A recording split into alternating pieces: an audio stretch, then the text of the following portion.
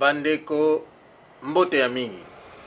Bandeko na ngai oyo na koloba lelo ba oyo bazana matoi ya ko comprendre ba comprendre ngai.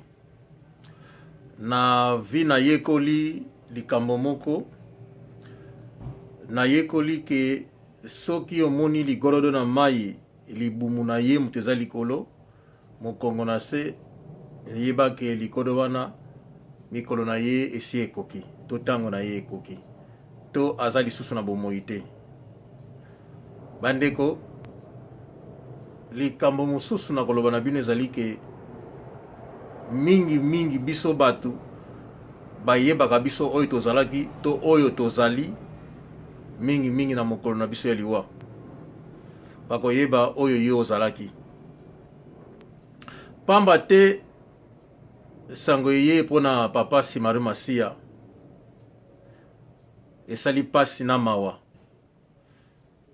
me papa akoli asalaki mingi.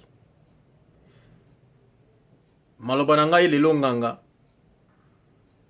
mingi nazalaki koloba bazalaki kokanisa nazalaki liboma me nazali liboma te.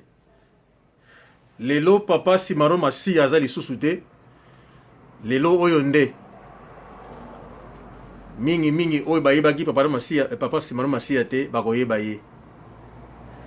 Pe lelo oyo lokola tango na ye ekoki bokomona libota ya papa Simari Masia. Me oyo nyonso bokomona bokamwa te. Eyebani kaka po papa Simari Masia tango na ye ekoki. Oyo nazalaki koloba mingi bazalaki komona nga liboma me nazalaki koloba ya solo. Mokolo mosusu nalobaki mokolo bokomona ebembe ya moto libota ebimi oyo bino boyebaki te baye balobiki te oyo akufi ndeko na biso toye kozwa ye po tokende na mboka na biso tokende kokunda ye kuna bokamwa te. Bosolola kaka na bato wana boyoka explication na bango bo comprendre bango bo pesa bango nzoto. Me nalobi te ke yango ekosalema. Nalobi kaka mingi soki moto azali susu te na tango ya liwa bokoyeba tango mosusu ekolo ya moto wana tango mosusu libote ya moto wana. Na suki awa papa Simari Masia asali mingi kimia ezala kati na ye epai ye akei apema na kimia. Kulutu Samangwana azanan kulutu Mavatiki Visi azanan kulutu Lukoki azanan ebaleki mususu pe bazana se bazanan Nyoka Longo azali nan Karmapa azanan Felix Wazekwa Enoku Luluenda Lwenda zika mbuteno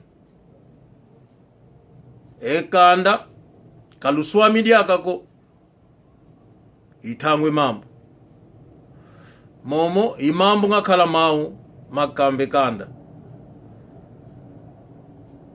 emeso mawu mbangi kasivi kwaniko kikele lauko kansi makele kaikele kulukamba lumbuke lumbote ilumbuke mbote loto masala